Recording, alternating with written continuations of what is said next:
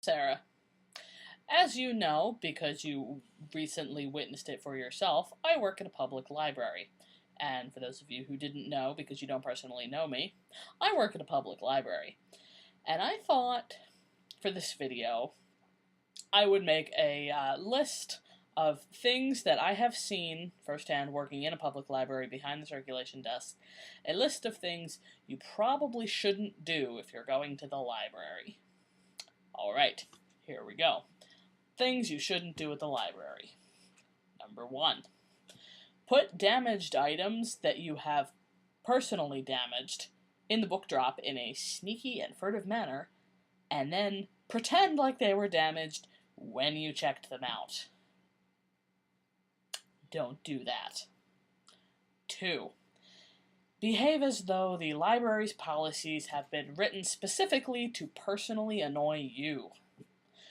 Those policies are written for the general good of the entire community that the library services, and if they happen to really get on your nerves, take comfort in the fact that we didn't have you in mind when we wrote the library's policies. It happens to be what works best for the majority of the population. Number 3, do not loudly discuss your political or religious beliefs at the employees behind the desk. Even if that employee happens to agree with your opinion, we at the public library cannot talk about that stuff within earshot of patrons. And that just kind of violates all the laws of things you really don't talk about in public, because you can just start one giant storm of, wow, why did I start talking about that? So yeah, don't do that. Also, depending on what library you're talking about or where you're working, there's probably a good chance that all you're really doing is making the employees incredibly uncomfortable, because they're standing there mentally biting on their fists, trying not to yell at you or be really sarcastic with you, so.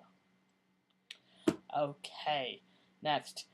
Don't yell at the employees behind the desk about anything, because, once again, these policies that you're upset about were not written to annoy you. Also, if you're yelling at them about books that weren't returned or fines that you have accumulated, there's really nothing we can do about that, and all you're doing is really annoying us, or in some cases, we're trying really hard not to start crying, so don't yell. I mean, even if it's something that legit is something that needs to be addressed and changed, like a fine that was on your card for something you actually did return and it never got checked in, you don't have to yell to do that.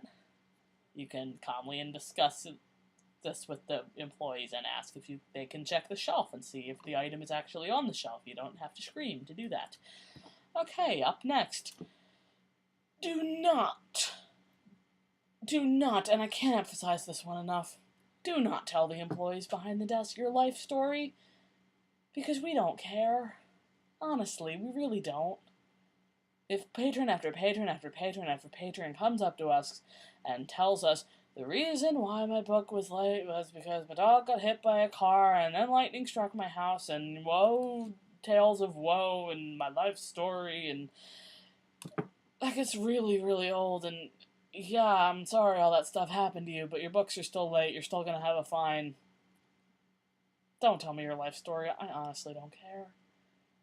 The sheer level of the amount I do not care is staggering.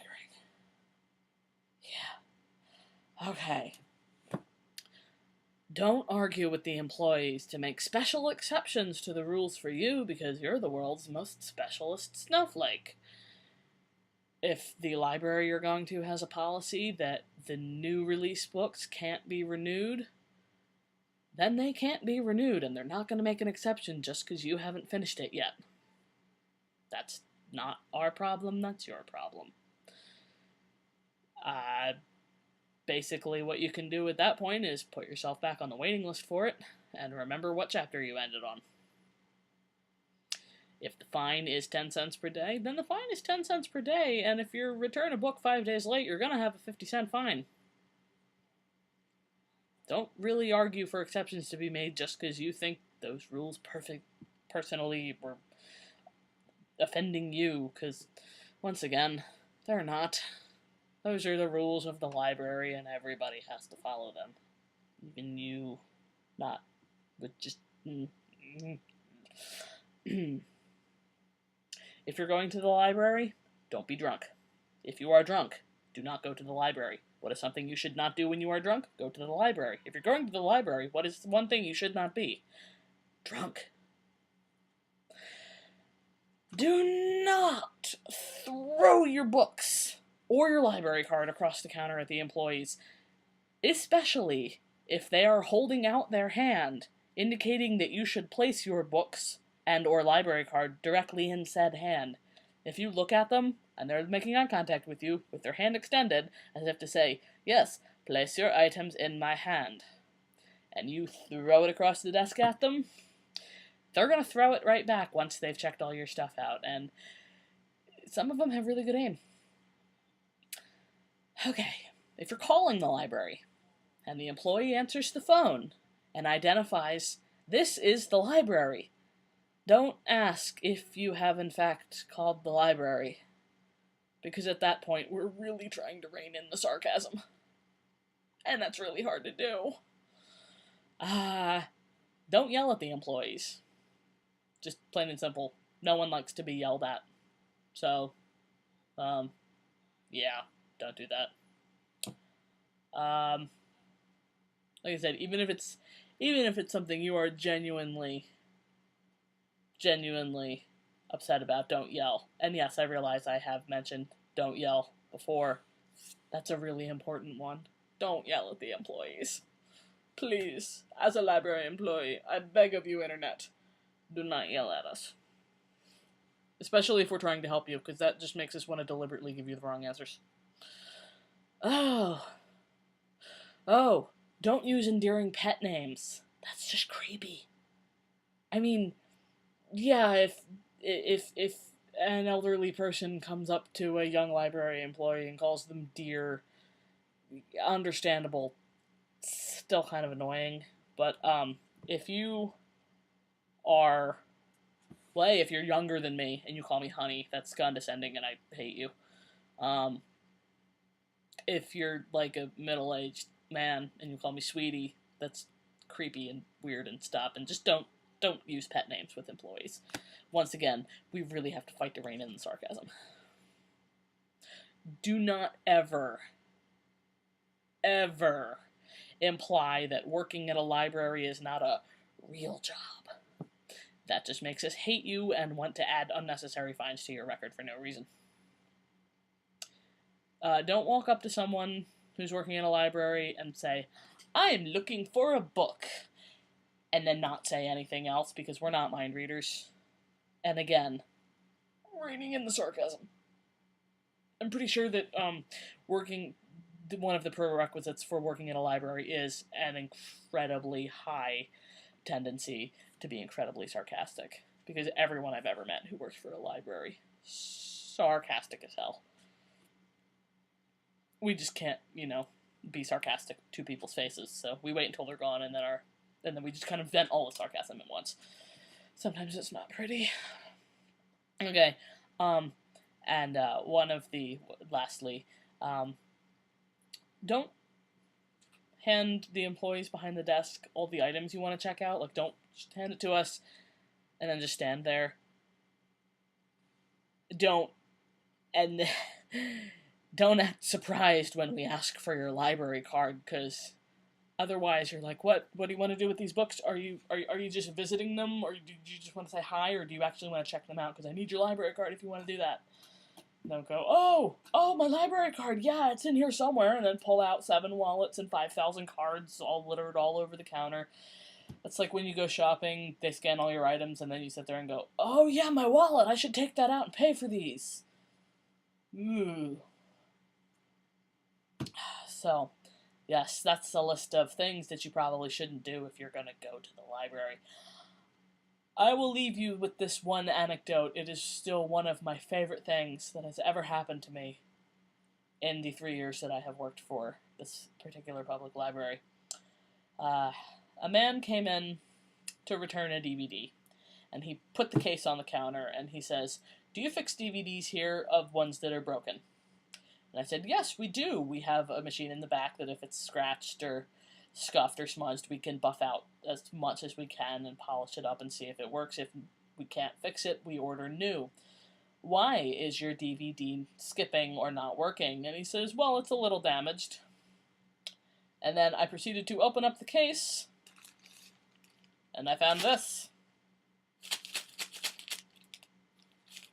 Yeah. A DVD in about 5,000 little plastic shards. And I looked at the bag. And I looked at the guy, and I looked back at the bag, and I looked back at the guy. And I said, there is not enough super glue in the world to make this work again. And then he just got this look on his face. "So you mean you can't fix it?" And I had to walk away from the desk at that point because I couldn't hold in either the laughter or the sarcasm.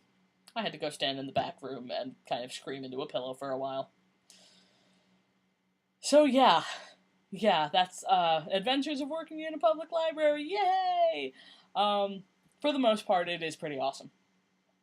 But there are at least 3 times a day moments when I just have to walk away from the desk and go, ah! Because the sarcasm is just clawing to get out. Anywho, Sarah, I hope that you have enjoyed this video. Oh my god, I forgot to put my cat ears on. No. There, sorry, wow, almost had a video on MooseWalks without my cat ears. That would have been horrible. Anywho, Sarah, it is about 8:15 on July the 19th. Happy birthday, Benedict Cumberbatch and Jared Padalecki. And I'm making this video just very soon after viewing your video about the over dramatic tendencies of cats. And yes, my parents' cats do that too. I remember those sounds well. The "feed me, we're dying, feed me, we're dying."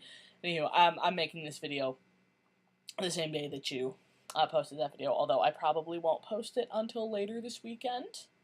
But anyway, I look forward to viewing your next video on whatever topic that you choose. And I miss you tons.